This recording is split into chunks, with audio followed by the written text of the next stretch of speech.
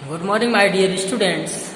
कक्षा 10 के विद्यार्थियों, आज हम सब्जेक्ट साइंस चैप्टर 6 में भोजन तथा दूसरे पदार्थों का पौधों में किस प्रकार से वहन होता है। इसके पहले के वीडियो में हम पानी किस प्रकार से पौधों के या विभिन्न भागों में पानी और खनिज लवण पहुंचता है, उसको पहुंचाने वाले जाइलम उत्तक के बारे में पढ़ा था। आज हम यहाँ पर भोजन तथा दूसरे पदार्थों का किस प्रकार से वहन होता है, हम उसके बारे में पढ़ेंगे और कौन सा ऐसा उत्तक है जो भोजन और अन्य पदार्थों को पौधे के विभिन्न भागों में पहुंचाता है। डियर स्टूडेंट, मैं आपको उस उत्तक का नाम बता दूं। उस उत्तक का नाम है फ्लोएम उत्तक। फ्लोएम उत्तक। जो भोजन पेड़ पौधों के पत्तियों में संग्रहित होता है प्रकाश संश्लेषण के दरमियान, उस भोजन को पौधे के विभिन्न भागों में पहुंचाने का जो काम होता है स्टूडेंट्स, वो काम फ्लोएम उत्तक करता है। तो चलिए हम बुक पे आते हैं। बुक में आपके क्या लिखा है उसे हम देखते हैं। देख लीजिए, लिखा है कि भोजन तथा दूसरे पदार्थों का स्थानांतरण अब तक हमने क्या पढ़ा था कि पौधों में जल एवं खनिज लवणों के बारे में पढ़ा था। अब हम बात करेंगे कि उपापचयी क्रियाओं के उत्पाद विशेष रूप से प्रकाश संश्लेषण में जो पत्तियों में होता है, पत्तियों में जो भोजन बना है प्रकाश संश्लेषण क्रिया के द्वारा, उसका पौधों के अन्य भाग में वहन कैसे होता है। तो ध्यान सुनिए, प्रकाश संश्लेषण के विलेय उत्पादों का वहन स्थानांतरण कहलाता है। अब यहाँ विलेय उत्पाद का मतलब क्या है? तो कुछ ऐसे उत्तक होंगे जो पदार्थ को विलेय स्वरूप में पौधों के विभिन्न भागों में पहुंचाते होंगे। चलिए देखिए, यह स्थानांतरण किसके द्वारा होता है? तो फ्लोएम के द्वारा होता है। आप यहाँ देख सकते हैं, फ्लोएम नामक भाग होता है वृक्ष में जो प्रकाश संश्लेषण के उत्पादों के अलावा अमीनो अम्ल तथा अन्य पदार्थों का भी परिवहन करता है। ध्यान दीजिए, आपको यहाँ ध्यान देना है कि फ्लोएम प्रकाश संश्लेषण के उत्पादों के अलावा अमीनो अम्ल का भी वहन करता है। किसका वहन करता है? अमीनो अम्ल का भी वहन करता है।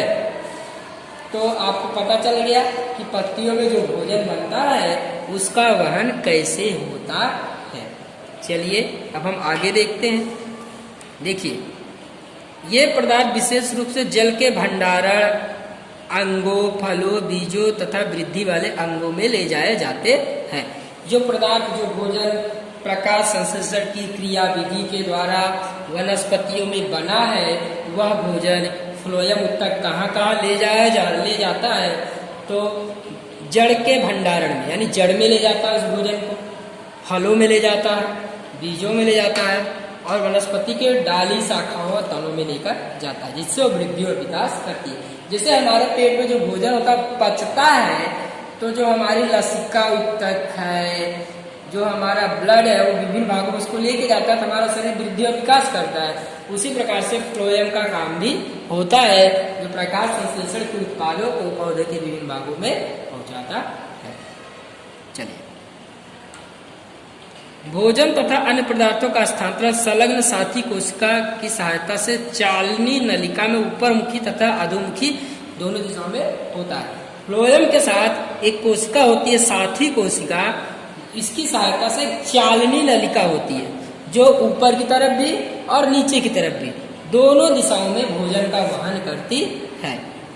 जाइलम द्वारा परिवहन, जिसे सामान्य भौतिक बलों द्वारा समझाया जा सकता है, से विपरीत फ्लोएम द्वारा स्थानांतरण है।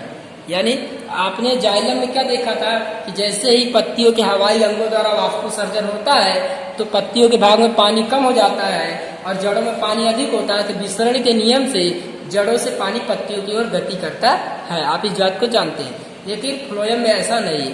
फ्लोएम में स्थानांतरण एक प्रकार है जिसमें साथी कोशिका के माध्यम से चालनी नलिका द्वारा भोज्य पदार्थों का ऊपरी सतह और निचली सतह दोनों तरफ भोज्य पदार्थों का वहन होता है।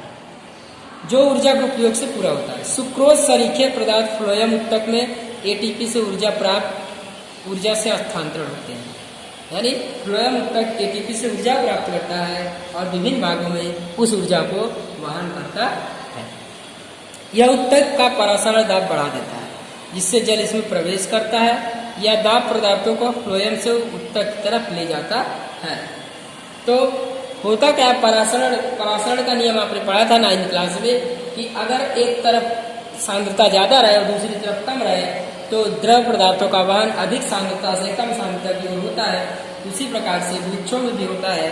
अगर भोज्य पदार्थ गति कर रहा है तो पौधे के अन्य भाग में भोज्य पदार्थों की कमी हो जाएगी, जिससे परासरण दाब बढ़ जाएगा और परासरण दाब के फलस्वरूप पौधों के विभिन्न भागों में पत्तियों छोड़कर भोजन का वहन होगा। उदाहरण के लिए बसंत में जड़ व तने के उत्तकों में भंडारित शर्करा का स्थानांतरण कलिकाओं में होता है, जिससे वृद्धि की ऊर्जा की आवश्यकता होती है। आप बसंत ऋतु में देखते हैं कि जड़ से व तने से उत्तकों में जो शर्करा इकट्ठी होती है तो फूलों में चली जाती है और बसंत ऋतु में आप देखते हैं कि विभिन्न प्रकार के फूल, नए रंग बिरंगे फूल खिलते हैं। तो उम्मीद है इतना आपको समझ में आया होगा। अब हमारा अगला टॉपिक है उत्सर्जन। अगला टॉपिक क्या है स्टूडेंट? उत्सर्जन। उत्सर्जन के बारे में पढ़ेंगे। उत्सर्ग इकाई क्या है उसके बारे में पढ़ेंगे। और ध्यान दीजिए, आपको उत्सर्जन का चित्र बनाने के लिए एग्जाम में आता है। चलिए हम उत्सर्जन को स्टार्ट। चलिए माय डियर स्टूडेंट, अब हम उत्सर्जन की बात करते हैं। देखिए, हम चर्चा कर चुके हैं कि जीव प्रकाश संश्लेषण तथा श्वसन में जनित वर्ज्य गैसों से कैसे छुटकारा पाते हैं। हम जान चुके हैं कि हमारे शरीर में कुछ गैसें होती हैं, हम कार्बन डाइऑक्साइड को छोड़ते हैं और ऑक्सीजन को लेते हैं। वो किस प्रकार से होता है इस बारे में हम जान सकें। लेकिन अब हमें ये जानना है कि जो भोजन पचता है उसके बाद जो नाइट्रोजन युक्त पदार्थ निकलता है वह किस प्रकार से बाहर होता है।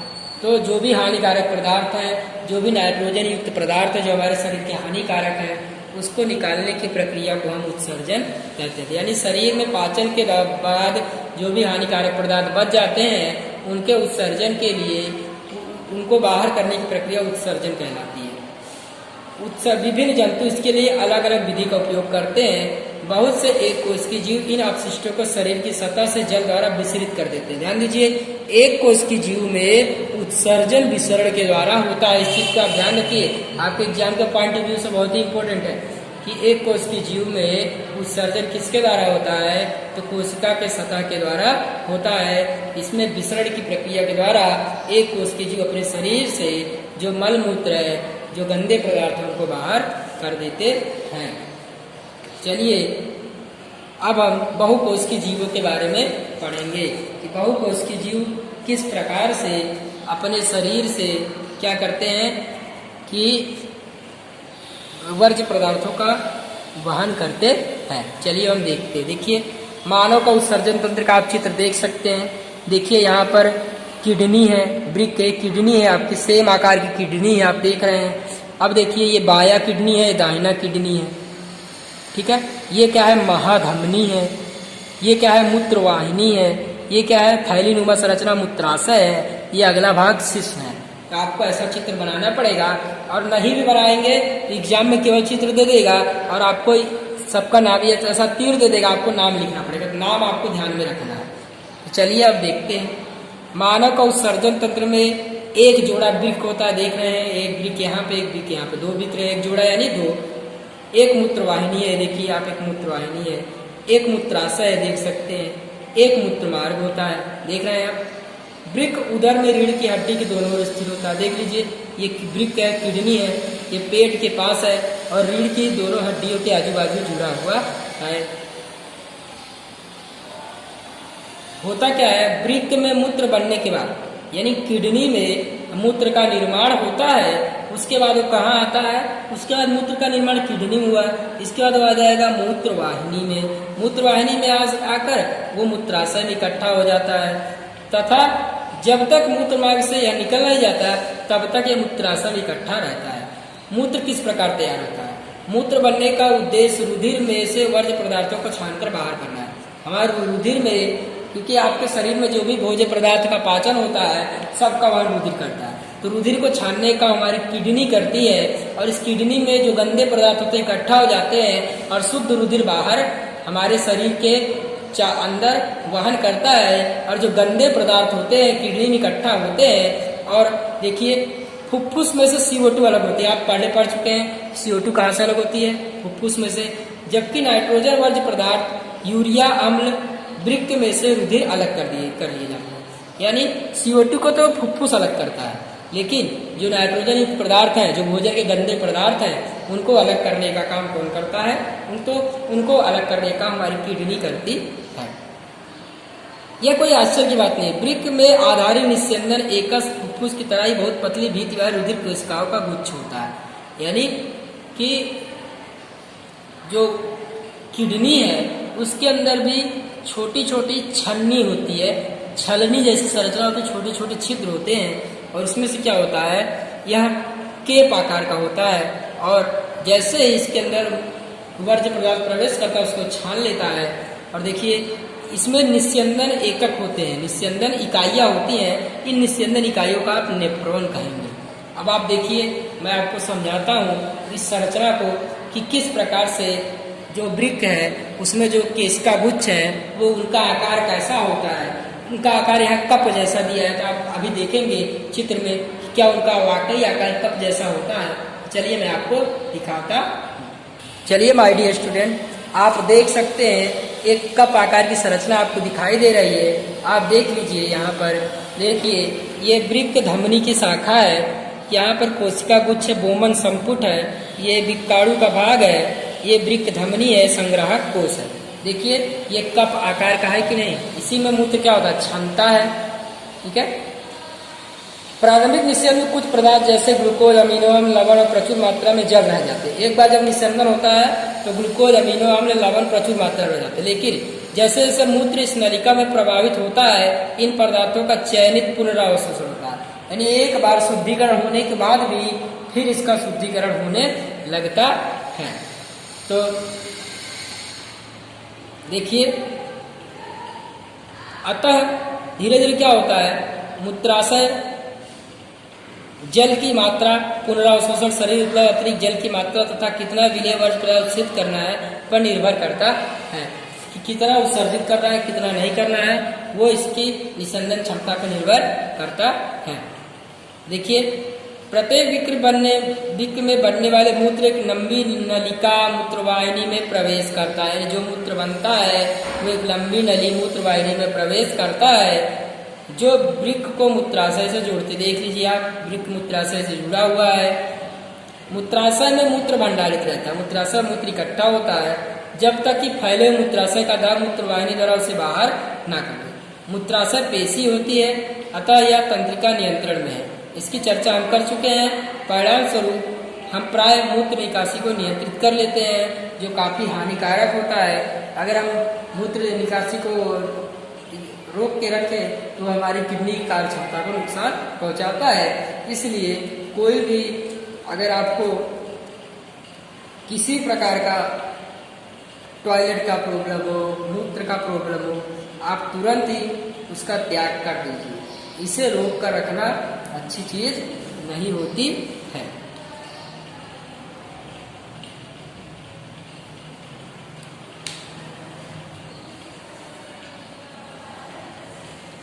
चलिए हम बात करते हैं कृत्रिम वृक्क आपोहन की। ये क्या होता है, जिसकी किडनी खराब हो जाती है उसके लिए ये प्रक्रिया उपयोगी है। ध्यान दीजिए, उत्तरजीविता के लिए वृक्क एक जैवंग है।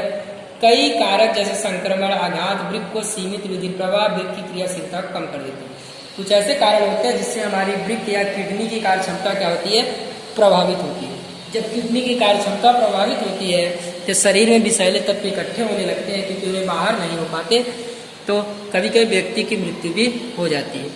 वृक्क के अक्रिय होने की अवस्था में कृत्रिम वृक्क आपोहन किया जाता है। यानी जब किडनी नहीं काम करती तो कृत्रिम रूप से किडनी का काम किया जाता है। इसमें क्या होता है, एक कृत्रिम वृक्क नाइट्रोजनी अपशिष्ट उत्पादों को रुधिर आपोहन द्वारा निकालने की युक्ति है। देखिए ये यहाँ पर देखिए एक व्यक्ति है, यहाँ पर एक संरचना बनी हुई, इसी के माध्यम से हमारे शरीर में जो हानिकारक पदार्थ होते हैं उनको बाहर कर लिया जाता है।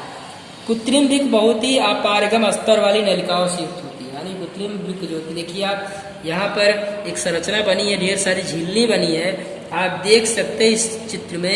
यहाँ से आपका ब्लड निकाला जा रहा है और देखिए यहाँ पर आपोहन के लिए ताज़ा विलेयर यहाँ इकट्ठा हो रहा है और आपोहन के बाद जो यूरिया है, अतिरिक्त लवण है, वो यहाँ पर इकट्ठा हो रहा है, यानी गंदगी यहाँ बाहर हो रही है।